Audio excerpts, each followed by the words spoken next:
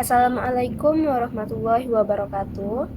Pada kesempatan kali ini, saya akan membahas tentang psikologi pendidikan dan perkembangan manusia dalam konteks sosial dan pembelajaran.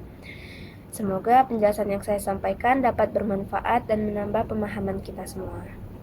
Baiklah, pada tahap awal saya akan jelaskan tentang gambaran umumnya, yaitu pendidikan itu sebenarnya penting banget dalam kehidupan kita.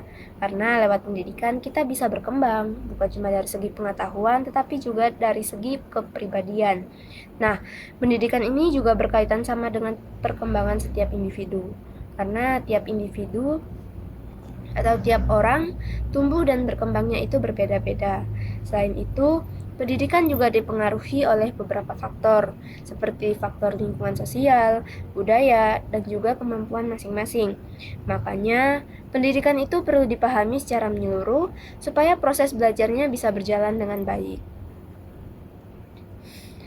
Selanjutnya, setelah kita bahas dari gambaran umum, sekarang kita masuk ke hakikat pendidikan dan psikologi pendidikan. Jadi, pendidikan itu bisa dipahami sebagai proses untuk mengembangkan potensi yang ada dalam diri seseorang. Sementara itu, psikologi pendidikan adalah ilmu yang membantu kita memahami bagaimana proses belajar itu terjadi. Dalam memahami psikologi pendidikan, kita bisa membuat proses pembelajaran jadi lebih efektif dan sesuai dengan kebutuhan siswa. Setelah kita pahami dasar pendidikan tadi, sekarang kita masuk ke tumbuh dan kembang.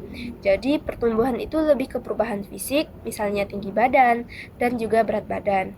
Sedangkan perkembangan itu berkaitan dengan kemampuan, seperti cara berpikir atau bersikap. Kedua ini terjadi sepanjang hidup dan saling berkaitan satu sama lain.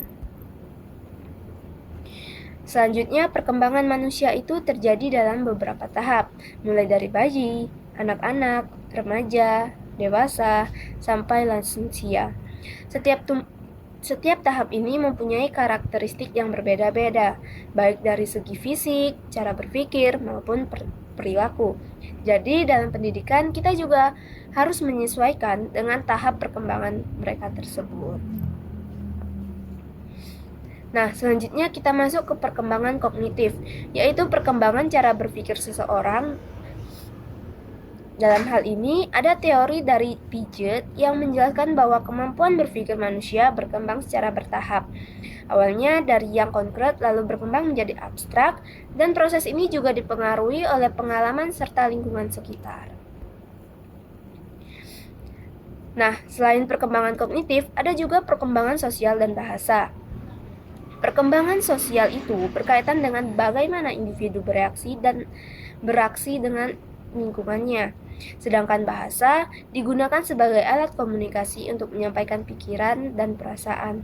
Kedua perkembangan ini sangat dipengaruhi oleh lingkungan sekitar dan juga berkaitan erat dengan perkembangan kognitif. Selanjutnya, ada perkembangan psikososial yang berkaitan dengan emosi dan hubungan sosial seseorang. Perkembangan ini dipengaruhi oleh interaksi dengan lingkungan sekitar. Menurut Erikson, setiap tahap kehidupan memiliki tantangan yang harus dilalui. Nah, dari proses ini akan terbentuk kepribadian dan identitas diri seseorang. Selanjutnya kita masuk ke teori kontemporer dan perkembangan. Kontemporer dalam perkembangan. Teori kontemporer ini merupakan pendekatan modern yang menjelaskan bahwa perkembangan manusia tidak sesederhana yang dijelaskan oleh teori klasik. Dalam teori ini, anak dipandang sebagai individu yang aktif dalam proses perkembangannya, bukan hanya menerima pengaruh dari luar saja. Artinya, anak juga ikut berperan dalam membentuk dirinya sendiri melalui pengalaman yang ia alami. Selain itu, perkembangan juga dipengaruhi oleh berbagai faktor seperti faktor biologis, lingkungan, dan pengalaman hidup. Ketiga faktor ini saling bereaksi dan tidak bisa dipisahkan satu sama lain. Oleh karena itu, perkembangan manusia bersifat fleksibel dan tidak selalu mengikuti tahapan yang kaku. Setiap individu bisa berkembang dengan cara yang berbeda, tergantung pada kondisi dan lingkungannya. Selanjutnya, kita masuk ke perkembangan emosi dan sosial. Perkembangan ini berkaitan dengan kemampuan seseorang dalam mengelola emosinya, seperti marah, sedih, maupun senang. Selain itu juga berkaitan dengan bagaimana seseorang bereaksi dengan orang lain, misal dalam komunikasi, bekerja sama, dan memahami perasaan orang lain. Perkembangan sosial emosional ini sangat dipengaruhi oleh lingkungan dan pengalaman, seperti keluarga, teman, dan lingkungan sekolah. Nah, kemampuan ini sangat penting dalam kehidupan sehari-hari karena akan mempengaruhi bagaimana seorang bersikap, beradaptasi, dan membangun hubungan dengan orang lain.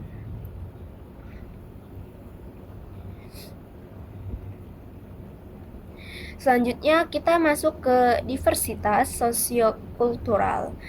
Diversitas sosiokultural ini mengacu pada keberagaman sosial dan budaya dalam masyarakat. Keberagaman ini bisa kita lihat dari berbagai aspek seperti kultur, etnis, bahasa, agama, dan juga gender. Setiap individu memiliki latar belakang yang berbeda-beda. Nah, keberagaman ini bisa menjadi potensi yang positif, misalnya meningkatkan sikap toleransi dan memperluas wawasan. Tetapi di sisi lain, juga bisa menjadi tantangan jika tidak dikelola dengan baik, seperti munculnya konflik atau diskriminasi. Oleh karena itu, penting bagi kita untuk memahami dan menghargai perbedaan yang ada dalam masyarakat. Selanjutnya kita lihat bagaimana pengaruh sosiokultural dalam perkembangan. Perkembangan individu tidak terlepas dari lingkungan sosial dan budaya di sekitarnya. Interaksi dengan orang lain seperti keluarga, teman, dan guru memiliki peran yang sangat penting dalam proses perkembangan. Menurut Piaget, individu berperan aktif dalam proses belajar dan perkembangannya. Sedangkan Vygotsky menekankan bahwa interaksi sosial memiliki pengaruh yang sangat besar terhadap perkembangan tersebut. Dari kedua pandangan ini dapat disimpulkan bahwa lingkungan dan interaksi sosial sangat mempengaruhi cara berpikir dan berperilaku seseorang. Selanjutnya, kita bahas tentang kultur dan etnis. Kultur merupakan nilai, kebiasaan, dan cara hidup yang dimiliki oleh suatu kelompok masyarakat. Sedangkan etnis adalah kelompok sosial yang memiliki kesamaan dalam budaya, bahasa, dan keturunan. Kultur dan etnis ini sangat mempengaruhi cara seseorang berpikir dan berperilaku dalam kehidupan sehari-hari.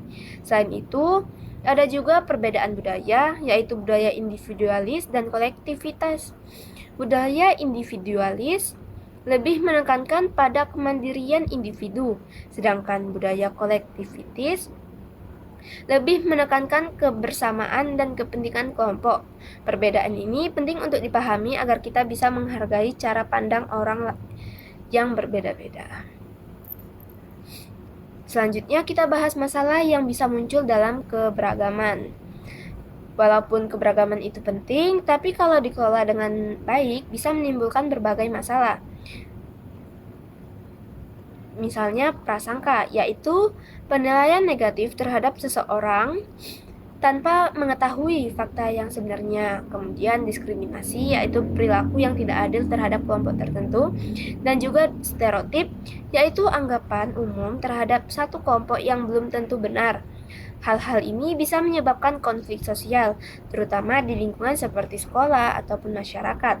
Oleh karena itu, penting untuk menumbuhkan sikap saling menghargai agar keberagaman bisa menjadi hal-hal yang positif. Selanjutnya, kita masuk ke dalam pendidikan multikultural sebagai solusi keberagaman. Pendidikan multikultural bertujuan untuk mengajarkan siswa agar mampu menghargai perbedaan yang ada di sekitarnya. Selain itu, pendidikan ini juga menanamkan sikap toleransi, sehingga siswa bisa hidup berdampingan dengan orang lain yang memiliki latar belakang yang berbeda.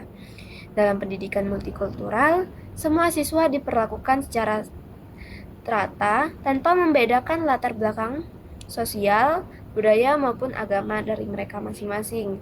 Dengan demikian diharap dapat terciptanya lingkungan belajar yang inklusif, nyaman, dan juga saling menghargai. Selanjutnya kita lihat nih tujuan dan penerapan dari pendidikan multikultural tersebut. Tujuan utama dari pendidikan ini adalah agar siswa mampu menghargai budaya lain dan memiliki sikap terbuka terhadap perbedaan. Selain itu, pendidikan multikultural juga bertujuan untuk mengurangi diskriminasi dan meningkatkan rasa empati antar sesama. Dengan adanya pendidikan ini, diharapkan dapat terciptanya keadilan dalam dunia pendidikan, di mana semua siswa mendapatkan kesempatan yang sama. Penerapannya dapat dilakukan melalui pembelajaran yang inklusif, misalnya dengan menghargai pendapat siswa, tidak membeda-bedakan, dan menciptakan suasana kelas yang nyaman bagi semuanya. Selanjutnya kita bahas gender dan stereotip. Gender itu berbeda dengan jenis kelamin, karena gender lebih berkaitan dengan peran dan harapan yang dibentuk oleh masyarakat. Jadi, gender ini sebenarnya dipengaruhi oleh faktor sosial dan budaya, bukan hanya faktor biologis. Dalam masyarakat, sering muncul stereotip gender. Misalnya, laki-laki dianggap harus kuat dan tegas, sedangkan perempuan dianggap lembut dan emosional. Padahal, stereotip seperti ini tidak selalu benar dan bisa berubah sesuai dengan perkembangan zaman dan budaya. Oleh karena itu, penting untuk memahami bahwa setiap individu memiliki potensi yang berbeda tanpa harus dibatasi oleh stereotip gender tersebut. Selanjutnya kita masuk ke pembahasan tentang intelijensi. Intelijensi dapat diartikan sebagai kemampuan seseorang dalam berpikir dan memecahkan masalah. Kemampuan ini sangat penting dalam proses belajar karena mempengaruhi bagaimana seseorang memahami materi dan menyelesaikan tugas. Selain itu, intelijensi juga membantu seseorang dalam beradaptasi dengan lingkungan sekitarnya. Oleh karena itu, intelijensi memiliki pengaruh terhadap keberhasilan akademik seseorang, walaupun bukan satu-satunya faktor penentu.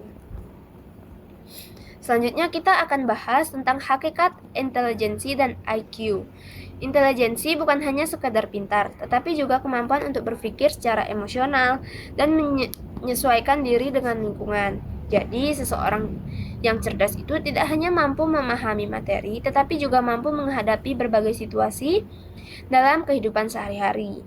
IQ merupakan salah satu cara untuk mengukur kemampuan kognitif seseorang. Namun, penting untuk dipahami bahwa IQ bukanlah hal penentu yang mutlak kecerdasan, karena masih banyak faktor lain yang mempengaruhi kemampuan seseorang. Selanjutnya kita bahas faktor yang mempengaruhi intelijensi. Intelijensi dipengaruhi oleh dua faktor utama, yaitu hereditas atau keturunan dan juga lingkungan. Hereditas berkaitan dengan faktor genetik yang diwariskan dari orang tua, sehingga lingkungan mencakup pendidikan, pengalaman, serta kondisi sosial di sekitar individu. Kedua faktor ini tidak berdiri sendiri, tetapi saling berpengaruh satu sama lain dalam membentuk intelijensi seseorang. Oleh karena itu, intelijensi sesuatu yang tetap tetapi juga berkembang seiring dengan pengalaman dan lingkungan yang mendukung. Selanjutnya kita bahas tentang teori dan pengukuran intelijensi. Dalam teori klasik, kecerdasan dianggap sebagai suatu atau dua kemampuan utama. Namun, dalam teori modern seperti multiple intelligence, kecerdasan tidak hanya satu, tetapi terdiri dari berbagai jenis. Untuk mengukur intelijensi, biasanya digunakan tes IQ seperti Binet dan Wechsler.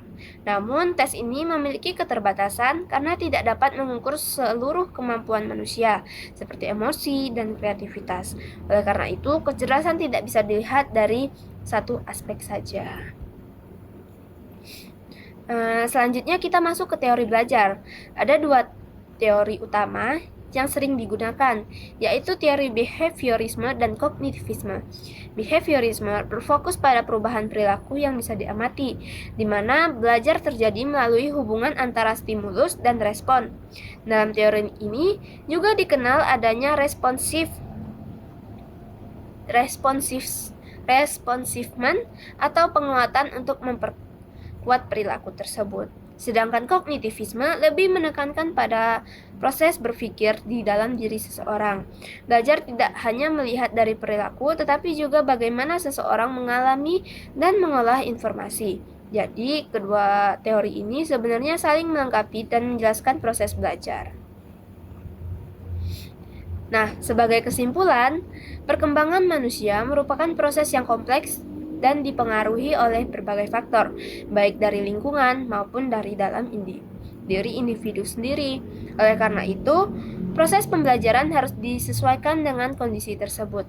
Selain itu, keberagaman yang ada juga seharusnya menjadi kekuatan, bukan malah menjadi hambatan. Maka cukup sekian yang dapat saya sampaikan.